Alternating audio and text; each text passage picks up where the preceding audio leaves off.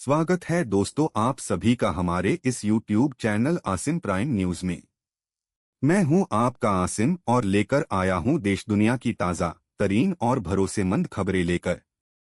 लेकिन आपने अभी तक हमारे इस YouTube चैनल को सब्सक्राइब नहीं किए हैं तो सब्सक्राइब जरूर कर ले ताकि देश दुनिया की खबरें सबसे पहले आप तक पहुंच सके। तो आइए शुरुआत करते हैं। ईरान, इजराइल और अमेरिका जैसे देशों से निकलकर आई है बड़ी अपडेट और हमारे सहयोगी जुड़ चुके हैं अशोक कुमार पांडे और स्वागत करते हैं अशोक कुमार जी का आज की सबसे बड़ी खबर देने के लिए है। देखिए ये पूरी रिपोर्ट। शुरुआत कीजिए अशोक कुमार जी।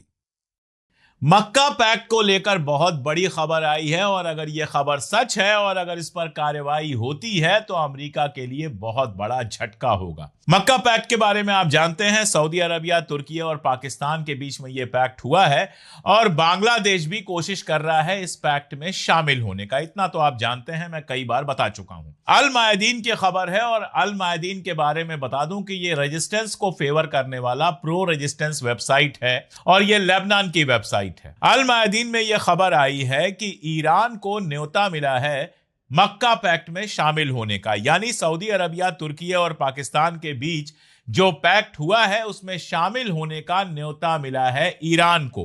पाकिस्तान के समा टीवी ने कहा है कि ईरान अभी तक इस पर सोच रहा है, यानी ईरान ने इसको खारिज नहीं किया है।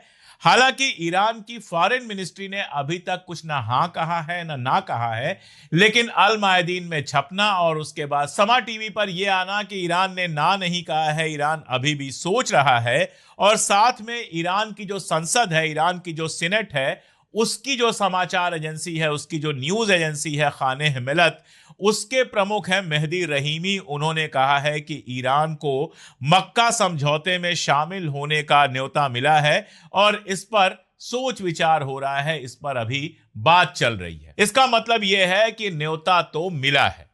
इसका मतलब यह है कि सऊदी अरबिया, तुर्की और पाकिस्तान के समझौते में ईरान से कहा गया है कि तुम भी शामिल हो जाओ, कहीं कोई दिक्कत नहीं है। यानी इस्लामिक नाटो बनाने का जो खेल चल रहा है, जो बात चल रही है, उसमें ईरान को भी शामिल करने की बात चल रही है। यानी ये बिल्कुल क्लियर हो गया है कि मक्का समझौता ईरान के खिलाफ नहीं है, वो इजराइल के खिलाफ है।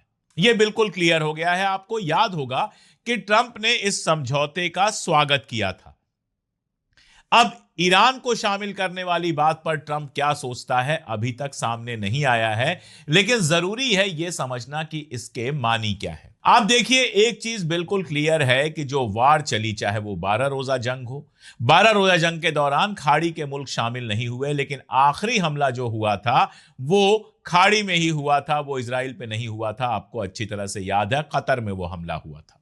उसके बाद जो वार चला, उस वार में लगातार खाड़ी के मुल्कों पर हमला हुआ। सऊदी अरबिया, यूएई, जितने भी मुल्क हैं, कतर, जॉर्डन, कोई भी मुल्क ऐसा नहीं बचा जहां अमेरिकी अड्डों पर ईरान ने हमला नहीं किया। ईरान ने यह हमला क्यों किया था? ईरान के हमला करने की दो वजहें बिल्कुल साफ थी। पहली बात तो यह कि हमला अगर अमेरिका और इजराइल मिलकर कर रहे हैं तो फिर दोनों का नुकसान होना चाहिए। अमेरिका को भी यह लगना चाहिए कि अगर हम ईरान पे अटैक करेंगे तो हमारा भी नुकसान हो सकता है। इसलिए खाड़ी मुल्कों में अमेरिका के जो अड्डे थे उनको निशाना बनाया गया, नंबर एक। नंबर दो, खाड़ी मुल्कों को यह एहसास कराया गया कि अमेरिका तुम्हारी हिफाजत नहीं कर सकता है, अमेरिका के बस की नहीं है तुम्हारी हिफाजत करना। और दरअसल अमेरिका तुम्हारे यहां जो बेसेस बनाकर बैठा है वो तुम्हारी हिफाजत के लिए है भी नहीं, वो सिर्फ और सिर्फ इजराइल की हिफाजत के लिए है। तो जो सारा सिक्योरिटी अरेंजमेंट था, जो अरब मुल्कों को लगता था कि पैसे हमारे खर्च हो रहे हैं, जमीन हमारी इस्तेमाल हो रही है, तो हमारे लिए फायदेमंद होगा, कभी कोई अटैक हमारे ऊपर अगर ईरान ने किया या किसी और ने किया तो अमेरिका हमको बचाएगा, अमेरिकी डिफेंस सिस्टम हमको बचाएगा, वो सारी की सारी बात झूठ साबित हो गई। ना तो अमेरिका मिडिल ईस्ट की कंट्रीज को ईरान के हमले से बचा पाया और ना ही उसने इजराइल की कीमत पर मिडिल ईस्ट के साथ खड़ा होना चुना। जब इजराइल के पास डिफेंस सिस्टम कम होने लगे तो खबर यह आई कि मिडिल ईस्ट के कई मुल्कों से डिफेंस सिस्टम हटाकर इजराइल में भेज दिया गया। यानी अरब मुल्कों को साफ साफ समझ में आ गया कि भाई इजराइल के आगे अमेरिका हमें नहीं समझने वाला है, कुछ हमें पूछने वाला नहीं है, चाहे हम कितने भी पैसे दे दें। और उनकी समझ में यह भी आया कि कल को अगर इजराइल हमारे ऊपर अटैक करता है तो अमेरिका इजराइल के साथ जाकर खड़ा हो जाएगा, हमें डिफेंड नहीं करेगा। सऊदी अरबिया के बारे में अगर आप देखें तो सऊदी अरबिया के ठीक बगल में है यूएई, और यूएई के इजराइल के साथ कैसे रिश्ते हैं यह बताने की जरूरत नहीं है। जिस तरह से यमन के भीतर सऊदी अरबिया सपोर्टेड जो गवर्नमेंट थी, उस गवर्नमेंट को गिराने के लिए यूएई ने इजराइल के साथ मिलकर मिलिशिया को पैसे दिए थे और तैयार किया था, वो सऊदी अरबिया के लिए खतरे की घंटी थी कि इजराइल अगर इतने पड़ोस में आ जाएगा तो कल को हमारे ऊपर हमला करना कोई मुश्किल नहीं रह जाएगा। उसने सबसे पहले यमन से उस खतरे को खत्म किया, जो मिलिशिया थी उसको खत्म किया, और उसके बाद सीरियसली उसने सोचना शुरू किया कि इजराइल अगर हमारे ऊपर हमला करता है तो फिर हमें बचने के लिए क्या मिलेगा, उसका सामना करने के लिए कौन हमारे साथ खड़ा होगा। यूएई खड़ा नहीं होगा, बाकी अरब मुल्कों का कोई मामला ही नहीं है, उनके खड़े ना खड़े होने से कोई फर्क नहीं पड़ता, और वो खड़े भी नहीं होंगे।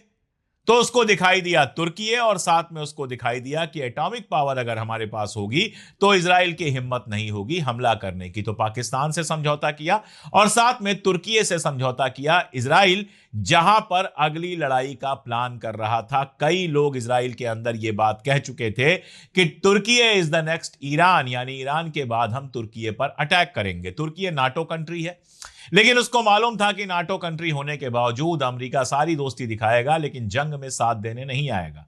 इसलिए उसने भी ईरान वार के दौरान ईरान पर हमला नहीं किया, कुर्दों को ईरान में हमला करने के लिए छूट नहीं दी, और अपनी जमीन अपने आसमान का इस्तेमाल नहीं करने दिया ईरान पर अटैक करने के लिए, क्योंकि वो ईरान से दुश्मनी नहीं चाहता था। थोड़ी दुश्मनी तो ले ही चुका था सीरिया के मामले में, और उसको लगा था कि सीरिया से एक बार असद हट गया तो हमारी चलेगी। लेकिन हालत यह है कि इजराइल न केवल गोलन हाइट्स पर कब्जा कर चुका है, बल्कि मैंने आपको बताया था कि उसने वहां के एक हवाई अड्डे पर हमला किया था, यह आरोप लगा के कि तुर्की की आर्मी वहां पर अपना बेस बनाने वाली है, जो बेकार का आरोप था। अब बताया जा रहा है कि इजराइल के मोसाद चीफ सीरिया गए हुए हैं बात करने के लिए, लेकिन हमला तो हो चुका। तो तुर्की को मालूम था कि कभी भी इजराइल हमारे ऊपर हमला कर सकता है, और ऐसे में ईरान की दोस्ती बहुत काम आएगी। इसलिए ईरान पर हमला करने की जगह उसने जंग से बाहर रहना चुना।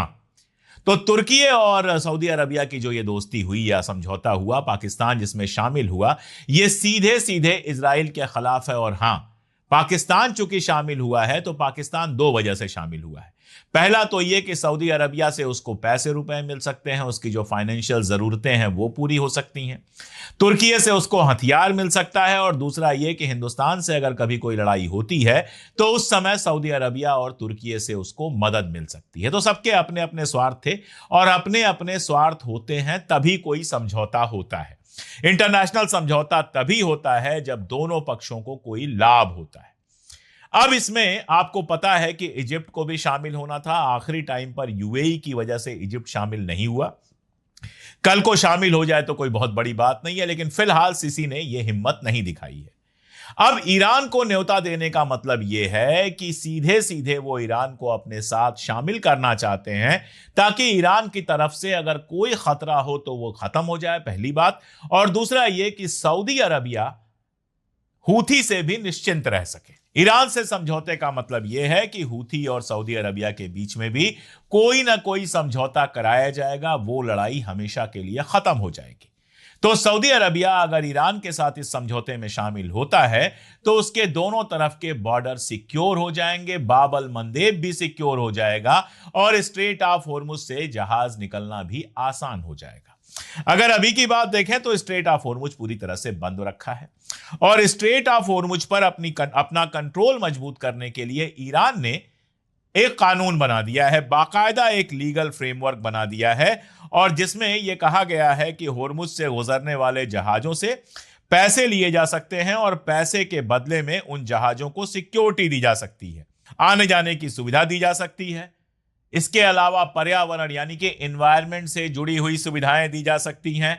इसके अलावा जरूरत पड़ने पर उनका बीमा करवाया जा सकता है, उनकी सिक्योरिटी दी जा सकती है, और उनको उनके जहाजों में ईंधन चाहिए होता है वो ईंधन भी दिया जा सकता है।